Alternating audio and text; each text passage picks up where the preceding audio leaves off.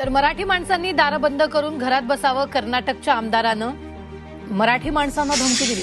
मुंबईला कर्नाटकमध्ये जोडा अशी मागणी करू काँग्रेस आमदार लक्ष्मण सवदींनी हे वादग्रस्त विधान केलेले आहे। आमदाराने मुंबई कर्नाटकला जोडण्याची भाषा केली।